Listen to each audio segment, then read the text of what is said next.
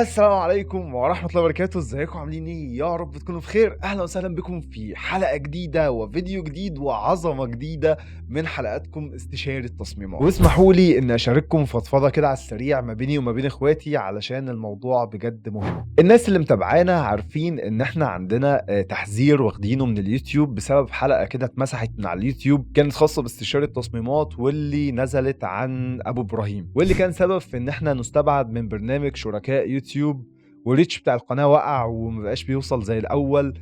كلمنا الدعم من قريب، كان الرد مش ألذ حاجة بعد ما كانوا أصلا في الأول بيدعمونا حرفيا في بوست أصلا نازل على إكس أو تويتر سابقا بدعم للقناة بتاعتنا، وكان ساعتها مفاجأة كبيرة ليا اللي هو بسم الله ما شاء الله، دي حاجة جامدة جدا.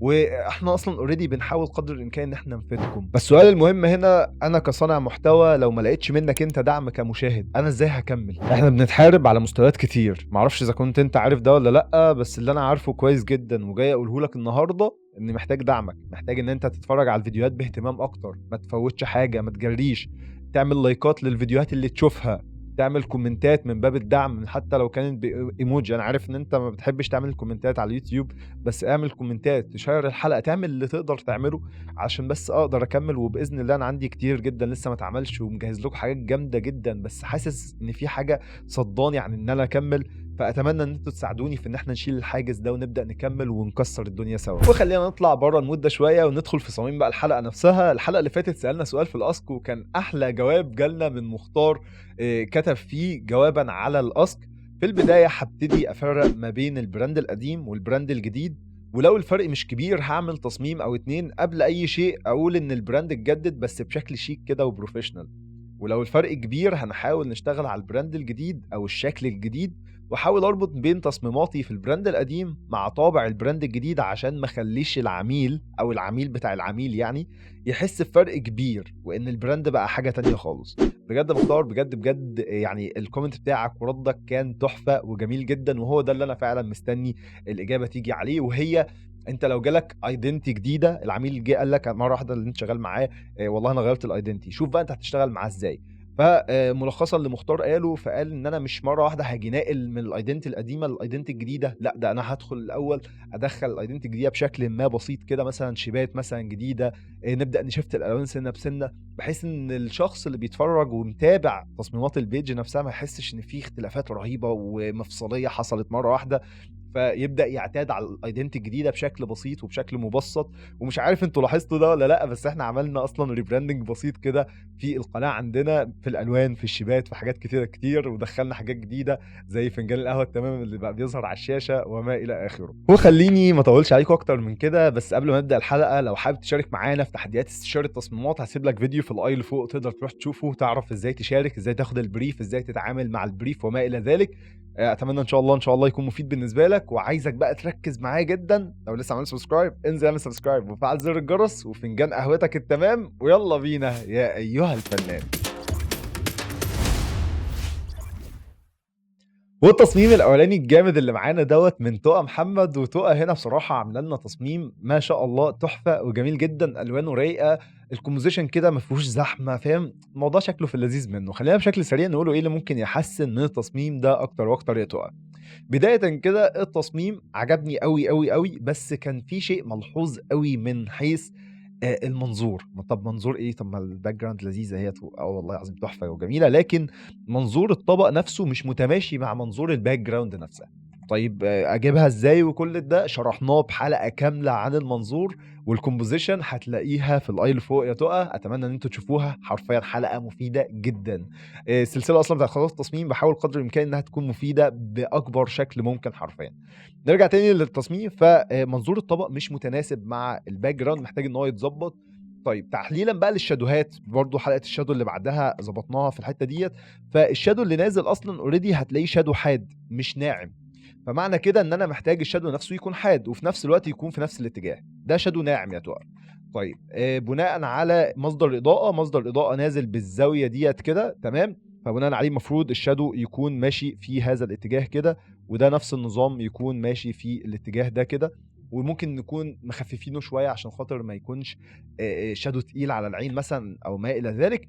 بلس ان هو لونه مش لونه اسود. احنا كل ده شرحناه برضو في حلقه الشادوهات والاضاءات، اتمنى برضو تروحوا تشوفوها. حرفيا بلاي ليست من الاخر، انا مش بعمل دعايه للبلاي ليست، بس هي حرفيا احنا اتكلمنا عن كل التفاصيل ديت جوه. تحليلا برضو للكونتاكت شادو، فالكونتاكت شادو المفروض يكون خط تحت الطبق بس يبين لي التلامس زي ما قلنا في الحلقه، مجرد بس التلامس بتاع السطح نفسه، فما يكونش الخط مرمي كده قوي اوفر، وفي نفس الوقت يكون جزء من الكاست شادو بتاعنا اللي هو في الجزء ده. تمام، دي نقطه برضو هتكون مهمه. بما انك غمقتي قوي كده، فالمفروض تغمقي برضو على الطبق عشان تحاكي فكره الايه الدبس بتاع الطبق نفسه، وفكره الاضاءات مش واصله هنا وما الى ذلك، بما انك متقله قوي اصلا الشادوهات على الارض. بلس نقطة تانية وهي فكرة الكونتاكت شادو اللي انت عاملاه هنا لزوز، بس احنا محتاجين برضو مفيش لايت موجود من هنا، او مفيش لايت نازل من الجزء ده، فمحتاجين ان احنا نشيل اللايتس دي ونبدأ ندي تجسيمة اكتر بالشادوز على الطبق، ونخفف الشادوز عادي، مش شرط نتقلها قوي ومش شرط برضو نخففها قوي. يعني احنا محتاجين ان احنا نوازن بس الشادوز عشان تحس ان الحاجة دي مستقرة على الارضية بشكلها اللذيذ. اخر حاجة خالص، وجبة سريعة طعم خطير. هنا بقى في كومنت ظريف كده لكل الناس اللي شاركت. انا يا شباب التي او في او التكست اون فيجوال او الكابشن وظيفته حاجه من اتنين، يا اما مش عارف احنا قلناها الحلقه اللي فاتت ولا لا، بس اعاده برضو حتى الاعاده فيها افاده يعني. اول حاجه هي انها بتشرح التصميم، في معنى مش واضح في التصميم فانا بشرحه او بوضحه. تاني حاجه ان هي بتكمل معنى التصميم، فاللي هو التصميم مثلا اللي قدامي ده ناقصه حته معينه مش واصله اصلا او انا مش معبر عنها، فانا بروح اكتبها. تمام، فالاهم حاجه او الجزئيه الاهم للتي او في ان هو بيشرح التصميم. فوجبه سريعه طعم خطير، هنا انا بقول ان الوجبه نفسها بتتحضر بسرعه عشان الحاجات دي هنشوفها كمان شويه، مش ان الوجبه بتجري بسرعه. تمام، دي نقطه تانية. طعم خطير، انت ما عبرتيش لا على الوجبه السريعه ولا على الطعم الخطير، فالجزئيه دي بعد كده مش هنعديها يا شباب. محتاجين الشخص اللي بيشتغل على التصميم يهتم بكل ابعاد الديزاين وبكل ابعاد البريف المطلوب. يعني انتوا محتاجين اكتر من كده في البريف، قولوا لي بس عليه وانا هضيفه لكم والله. لما تيجي تاخد التي او في حاول تعبر عنه في التصميم. التي او في ده حاجه اساسيه ما ينفعش تتغير، فانت بتاخدها زي ما هي بتعبر عنها في التصميم بما يتناسب مع البريف والايدنتي بتاعت العميل. لكن ان توتال بجد يا تقى التصميم بتاعك تحفه وجميل جدا وتسلم ايدك. والتصميم بعد كده معانا من محمد جمعه، ومحمد هنا بصراحه عامل لنا تصميم بكواليتي جامده جدا. تسلم ايدك يا محمد. خلينا في شكل سريع نقوله ايه اللي ممكن يحسن من التصميم اكتر واكتر. وبدايه وبسم الله الرحمن الرحيم، عندي 3 نقاط محتاج ان انا انتقدك فيهم. اول واحده خالص وهي فكره ان الكيس نفسه صغير. طيب احنا متفقين ان التصميم ده ومكتوب في البريف، ونركز يا جماعه واحنا بنقرا البريف، ان التصميم ده هارد سيل، فانا محتاج ان الكيس ده يكون اكبر حاجه في التصميم، او مش اكبر، يكون عليه التركيز الكامل زي مثلا ما انت عامل هنا في العداد. فلا، انت على العكس تماما صغرت الكيس وكبرت العداد واهتميت بالفكره اللي انا قلت لك يفضل يكون فيه فكره، لكن مش بشكل اساسي يكون فيه فكره. ندخل على النقطه الثانيه وهي فكره العداد. احنا بنقول وجبه سريعه سريعه التحضير، لكن مش سريعه في سرعه عداد عربيه اللي هي بتجري. لما نيجي نبص برضو على التصميم نفسه هنا هتلاقي ان في دخان طالع من الوجبه بقى ان هي سخنه وكده، لكن الدخان ده طالع من الوجبه ولا من العداد؟ لان هو طالما طالع من قدام العداد كده يبقى العداد نفسه شايط، يبقى الوجبه نفسها مش بتجوع، يبقى الوجبه نفسها محروقه، فدي هتكون مشكله برضو في حد ذاتها. النقطه الاخيره خالص بقى وهي فكره الاضاءات متوزعه بشكل لذيذ جدا، بس لما نيجي نحلل الاضاءات سوا هتلاقي ان هنا العداد توب فيو، هتلاقي الكيس سايد فيو، مع انك كان ممكن تتعامل مع الكيس نفسه ان هو توب فيو وتبدا ترمي له الشادو بتاعه تحته كده، وكان برضه هيبان ان هو طبيعي ومتناسق مع التصميم. فدي برضو مشكله ان انت اتعاملت مع نوعين في نفس التصميم، لكن ان توتال حرفيا تصميم لذيذ. ممكن بس اقول لك ان ايه، يعني كمال بقى تظبيط وتحسين للتصميم اكتر واكتر مع التظبيطات اللي احنا قلنا عليها. اللوجو نفسه يبقى مثلا موجود هنا على الشمال مثلا على سبيل المثال، عندك مساحات فاضيه ممكن تكتب هنا وجبه سريعه طعم خطير تحت بعضها. العداد نفسه يخش بشكل ما، الكيس يكبر هنا، الموضوع ايه هيعدي وهيتظبط. لكن حرفيا التصميم بتاعك تحفه وجميل جدا وتسلم ايدك يا محمد. والتصميم اللي بعد كده معانا من محمد العيوني، ومحمد هنا راح جاب لك اندومي قدام اللابتوب، اللي هو حرفيا احنا تقريبا كلنا واحنا شغالين بنقعد ناكل اندومي قدام اللابتوب واحنا شغالين. بجد تسلم ايدك يا محمد. خلينا بشكل سريع نقول ايه اللي ممكن يحسن من التصميم اكتر واكتر. هو بدايه كان عندي تساؤل صغير بس، هل حجم كيس الاندومي نفس حجم الطبق؟ يعني مش واقعيه شويه، ولا هو يعني احنا لو قلنا مثلا طبق صغير مثلا شويه، فانت معنى كده انت مقلل الكميه، فاهم؟ مع ان الكميه كبيره، فمعنى كده ان الطبق ده كبير، فمعنى كده الكيس الاندومي ده ضخم. فمحتاجين ان احنا نراعي فكره النسب، نسبه العنصر للعنصر اللي جنبه محتاجه ان هي تتظبط. النقطه التانيه بقى وهي فكره، يعني طبعا انا مش هروح قوي للقص اللي موجود لان في بعض المشاكل اللي موجوده فيه، لكن فكره الفونت نفسه على سبيل المثال مش متناسب مع ديزاين اكل خالص، او مش متناسب مع ديزاينات خاصه باندومي. احنا قايلين بناخده نوعا ما من الفونت، فممكن نشوف فونتات تكون قريبه فيها الشبات الحاده، لان هم رايحين للحديه اكتر زي ما احنا متفقين في التصميم، فهتلاقي فيه كسرات كده وبتاع، فممكن تتظبط كل الكلام ده. احنا برضو يعني ايه التنويه كده في حاجه زمانها اعلنت عنها، يعني احنا نزلنا عنها اصلا اوريدي، بس يعني بشكل مباشر في حاجات عن التايبوجرافي جايه قريب، استنوها معانا بقى ان شاء الله، تكون مفيده جدا، وفي حاجات هتحصل على الديسكورد، فمن دلوقتي خش على الديسكورد عشان هتستفاد جدا، هتلاقي اللينكات كلها تحت في الديسكربشن. النقطه اللي بعد كده وهي الاضاءات، ودي اللي هختم بيها، فكره ان الاضاءات نازله هنا على اللابتوب من فوق كده بزاويه ميل، اضاءات ناعمه هي من خلال الشادوهات. ده اللي احنا اتكلمنا فيه في حلقه الشادوهات، لو ما شفتهاش ضروري تروح تشوفها يا محمد. برضه نفس النظام، هنا اضاءات ناعمه وهاديه كده، تحس ان في سوفت بوكس نازل عليها. بناء على نفس الاضاءات دي تفتح شويه الارضيه زي ما هي فاتحه مثلا على سبيل المثال هنا في الجزء ده كده، فتح الارضيه شويه وابدا اديني اضاءات برضو تكون ناعمه حوالين الطبق بزاويه ميل، بنفس زاويه الميل دي. نفس النظام هنا تكون ايه عطيالي شادوز ناعمه كده، تحسسني ان الحاجه نفسها واقفه على الارض بالتوب فيو اللي انت جايبه. كان التصميم هيظبط برضو. اخر حاجه يعني بشكل ايه عشان ما نبقاش قصرت معاك، يكون الموضوع بنفس المنظور، لان انا ملاحظ ان المنظور هنا بتاع اللابتوب جاي بزاويه ميل كده، والطبق جاي بالجنب، وهنا ماشي، يعني الطبق والمنظورين دول مع بعض كويس، لكن مع اللابتوب مش متماشيين مع بعض. فيا نجيب لابتوب مناسب، يا نظبط منظورهم هم بشكل ما مع التصميم. لكن حرفيا التصميم بتاعك رايق وفكرته حلوه جدا، وتسلم ايدك يا محمد. والتصميم اللي بعد كده معانا من المبدع بهاء زكريا، وبصراحه بهاء انا ابدي اعجابي بهذا التصميم جدا كفكره. تنفيذ لذيذ برضو، بس احنا هنتكلم فيه شويه حاجات كده، بس بجد الفكره عجبتني جدا.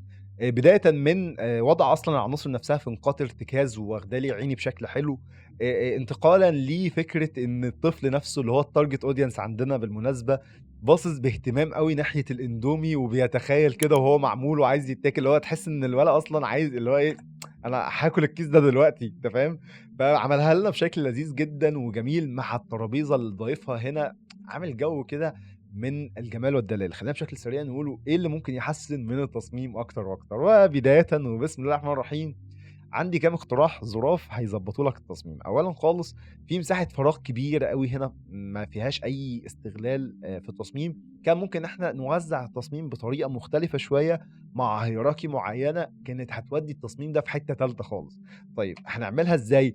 بدايه ان احنا اصلا نسينا ان في جزء خاص بالتي او في ما اتكتبش، اللي هو وجبه سريعه وطعم خطير. فطعم الخطير انت بصراحه عبرت لي عنه، ما كنتش هخسر حاجه لو كتبت وجبه سريعه وطعم خطير، كانت هتطلع بشكل افضل وافضل.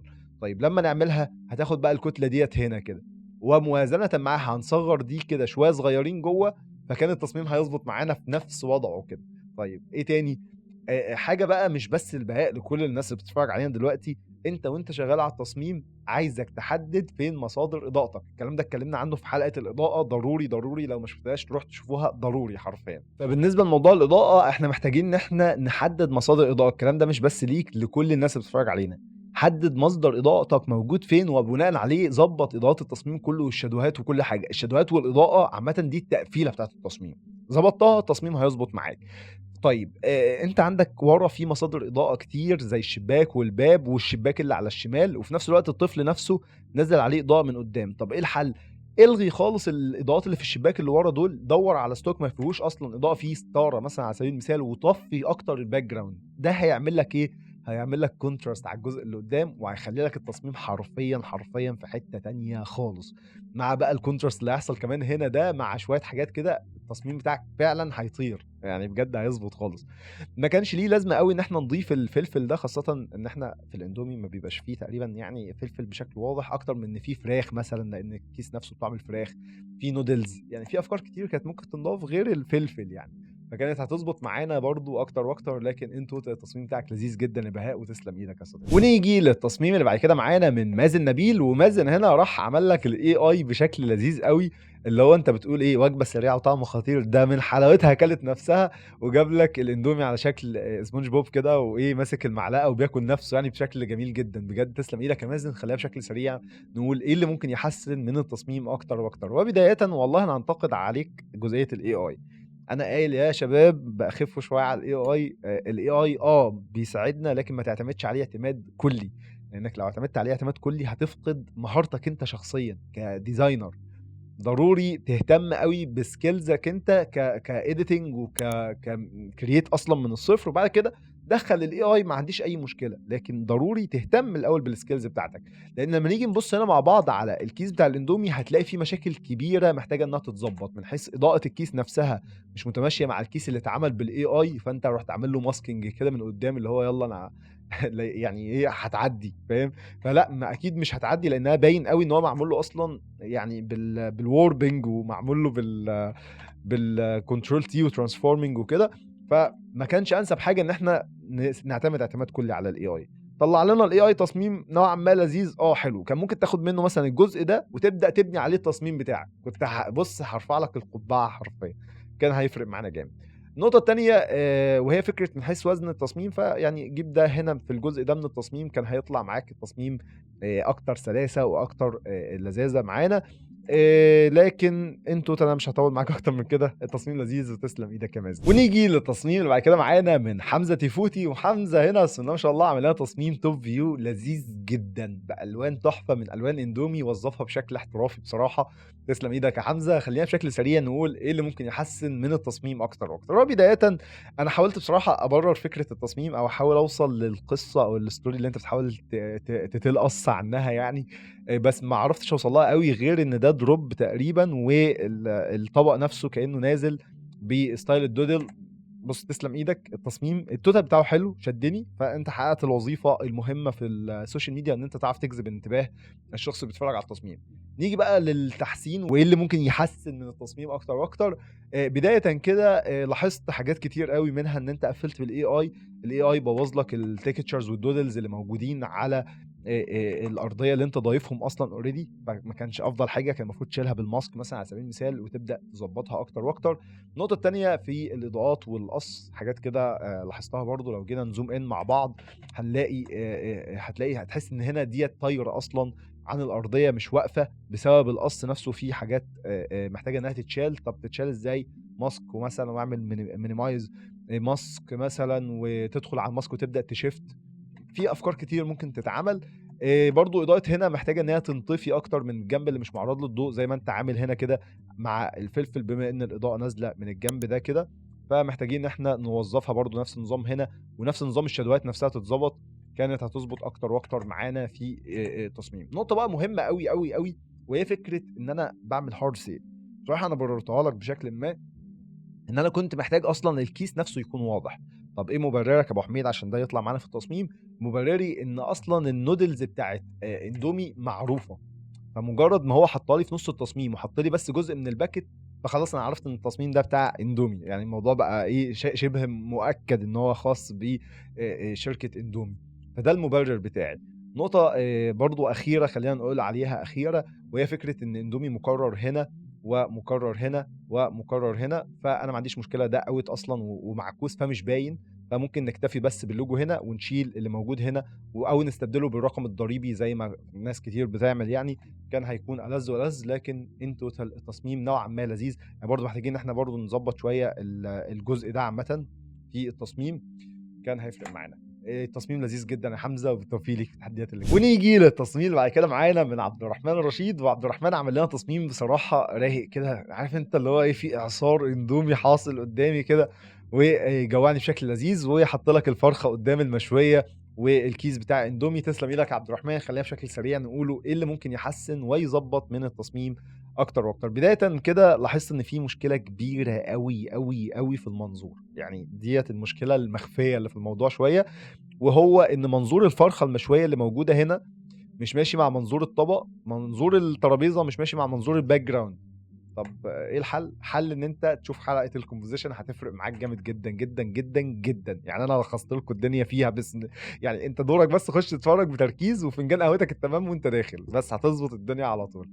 عجبني ان انت ركزت لي على كيس الاندومي في مكان نوعا ما عليه فوكس، بس الاضاءات لاسعه قوي في الخلفيه. لو بصينا كده على الخلفيه هنا هتلاقي الاضاءات تقيله قوي ولاسعه، مش ماشيه حتى مع اضاءه الترابيزه. يعني كنت تمشي لي الدنيا كلها كمونوكروماتيك مثلا على سبيل المثال، فتكون متماشيه مع بعضها، الترابيزه تكون بيضه والباك جراوند بيضه، وتخفي اللسعات دي شويه، فهتحس ان في تركيز اكتر على العناصر اللي انت عايز تركز عليها زي ما انت اوريدي محقق ده في التصميم. وجبه سريعه طعمها خطير بصراحه. الطريقه بتاعتها رايحه شويه المطاعم المصريه اللي هي فئه البي، فيعني شغاله ولذيذه، محتاج بس تصغر شويه بحيث انها ما تكونش داخله قوي مع الاعصار اللي حاصل هنا، كانت هتفرق معانا اكتر واكتر. اكبر انتقاد هقوله لك وتركز عليه فعلا ان انت تشوف حلقه الكومبوزيشن هتفرق معاك، وان انت تخف شويه الاضاءات في حلقه الاضاءات بعدها على طول دايركت ممكن تشوفها برضو هتفرق معاك. لكن ان توتال التصميم بتاعك لذيذ جدا يا عبد الرحمن، بتسلم ايدك يا صديقي. ونختم باخر تصميم معانا من نورهان عبد الله. وبصراحه نورهان التصميم فيه حاجه حلوه. طب ايه الحاجه الحلوه؟ ان انا لما بصيت له للوهله الاولى حسيت ان في حاجه كتير كده غلط، لكن هو تصميم مظبوط، هو اسمه تصميم في الاخر. التارجت اودينس متحققين برضو نوعا ما بشكل لذيذ، محتاجين ان احنا نتكلم عنهم شويه. وزن التصميم موزون بشكل لذيذ، عامله بصراحه شغل محترم. طيب ايه اللي انت محتاج تظبطه اكتر في التصميم يا ابو حميد؟ قول لي بس، مالكش دعوه. يلا بينا نتكلم مع بعض عن اول حاجه الكاركتر نفسها. وقص الكاركتر محتاج ان هو يتظبط في الشعر، تفريغ الشعر. ممكن تروح تشوفي توتوريالز حاليا لحد ما احنا نظبط ان شاء الله. توتوريالز جباره، حرفيا جباره. انا لكم على نيه جميله جدا في موضوع التوتوريالز ديت. شفتوا اللي حصل في استشاره تصميمات ونقد تصميمات ازاي ان احنا ماسكينها؟ باذن الله باذن الله التوتوريالز هنعمل فيها عظمه باذن الله. انتقالا للشاربنس اللي انت عليتيها اوفر، كانت محتاجه ان هي تخف هنا. باننا نروح اكتر لفكره البنت نفسها، ان في حول شويه في عينها، فمحتاجين احنا نجيب موديل تكون يعني مبسوطه شويه. انا بصراحه بررت لك الحول ده. طب الحول ده من ايه؟ اللي هو البنت مش فقدت وعيها لدرجه ان هي بتاكل الاندومي بغل، عارف اللي هو كده، اللي هو توم وجيري لما كانوا بياكلوا كده الاكل فالبنت يعني انطلقت مع الاكل وايه بشكل كبير. طيب ايه تاني مشاكل ممكن تكون موجوده؟ ان دي مش اندومي. طيب انت ليه طلعته معاك؟ لانه اوريدي الفكره فظيعه، فكره البنت نفسها ووزن التصميم اسمه تصميم، هو ده تصميم، بس في حاجات بس عايزه تتظبط. ففكره الاندومي المكرونه هنا محتاجه ان هي تتغير لمكرونه بتاعه اندومي، لان مكرونه اندومي ما فيهاش اصلا، ده اكيد عارفه دوت يا نورهان، ما فيهاش اصلا الصلصه، او ما فيهاش اصلا اللي هي، انتوا ادرى بقى بالاكل بصراحه. نرجع تاني لموضوعنا. دايما معاك وجبه سريعه طعم خطير. انا قلت لكم خدوا واحد بس، ما كانش ليه لازمه الزحمه ديت، فكان ممكن تاخدي دايما معاك مثلا ايه هنا، او لا انت معبره اكتر عن طعم خطير، فممكن تحتفظي بس بوجبه سريعه وطعم خطير بشكل لذيذ كده في الكتله اللي انت ضايفاها هنا، كانت هتظبط لك التصميم اكتر واكتر. ممكن تديني بقى شويه اضاءات كده في الخلفيه بسيطه مع شويه تكتشرز، كانت هتفرق لي الدنيا في الباك جراوند اكتر واكتر. لكن بجد حقيقي حقيقي انت التصميم بتاعك لذيذ جدا نورهان، وتسلم ايدك. ونيجي للحظه الحاسمه، ويا ترى يا هل ترى مين كسب معانا في تحدي النهارده؟ بس قبل ما اقول لك مين كسب معانا في تحدي النهارده، لو لسه عملت سبسكرايب انزل اعمل سبسكرايب وفعل زر الجرس، وما تنساش تجاوب على سؤال الاسك في اخر الحلقه، عشان انا مستني بجد كومنتاتكم واجاباتكم على سؤال النهارده. ونيجي للمركز الثالث، والشخص اللي وظف الاي اي بشكل ما لذيذ وطلع لنا فكره جامده جدا، الاكل من حلاوته هياكل نفسه. ايوه بالظبط، ويفوز معانا بالمركز الثالث مازن نبيل. الف مليون مبروك يا مازن، بجد تصميمك تحفه تحفه تحفه. بس اهتم بكام النقطه اللي احنا اتكلمنا فيهم، وبجد مستواك هيتطور بشكل جامد جدا، والتوفيق ليك في التحديات اللي جايه. اما على المركز الثاني والشخص اللي بينافس على المركز الاول بس مش بتظبط معاه، بجد التصميم بتاعك انا اعجبت بيه جدا يا صديقي، ربنا يعلم بده. والفكره بتاعته نفسها تحفه، تصميم قدامي دلوقتي فكره تحفه، بصه الولد باهتمامه بكل اللي انت نفذته بجد جميل جدا جدا جدا. ويفوز معانا بالمركز الثاني بهاء زكريا. الف مليون مبروك يا بهاء، بجد تصميمك تحفه. اتمنى انك تكون في تفوق دايما وليفل اب على طول كده لحد ما توصل المراكز الاولى، وما تضيعش المركز الاول منك في الحلقات اللي جايه. اما عن المركز الاول والشخص اللي قفلك التحدي وقال لك الحلقه رقم 17 من السيزون الثاني من استشاره تصميمات انا اللي اخدتها، وانا اللي اخدتها باحقيه حرفيا، التصميم بتاعك تحفه جدا، وبجد بجد فخور بيك يا صديقي، ويفوز معانا بالمركز الأول حمزة تيفوتي. ألف ألف مليون مبروك يا أبو حمزة. بجد بجد التصميم بتاعك جامد، توب فيو بشكل رايق جدا، بينت لنا الاندومي، شدتني للوهلة الأولى. يعني عايز أقول لك التصميم تحفة وجبار حرفيا، بجد تسلم ايدك، والتوفيق ليك في التحديات اللي جاية، وما تضيعش منك المركز الأول يا صديقي. ونيجي لفقرة الأسك، وسؤال النهاردة بيقول لك لو أنت شغال مع عميل معين وقدمت له كذا فيجن لنفس التصميم وكلهم اترفضوا، كل شويه يقول لك لا ده مش اللي في دماغي، لا مش ده اللي انا كنت بدور عليه، لا انا كان في دماغي حاجه تانية خالص. هتتصرف مع الشخص ده ازاي؟ هتكمل معاه شغل، ولا هتقفل معاه شغل خالص، ولا هتساله اسئله معينه؟ هتعمل معاه ايه؟ قولوا لنا تحت في الكومنتات، وانا مستني بجد ردكم جدا جدا جدا. وباذن الله هحاول اتفاعل معاكم في الكومنتس تحت، ونشوفكم على خير يا اصدقائي في الحلقات الجايه.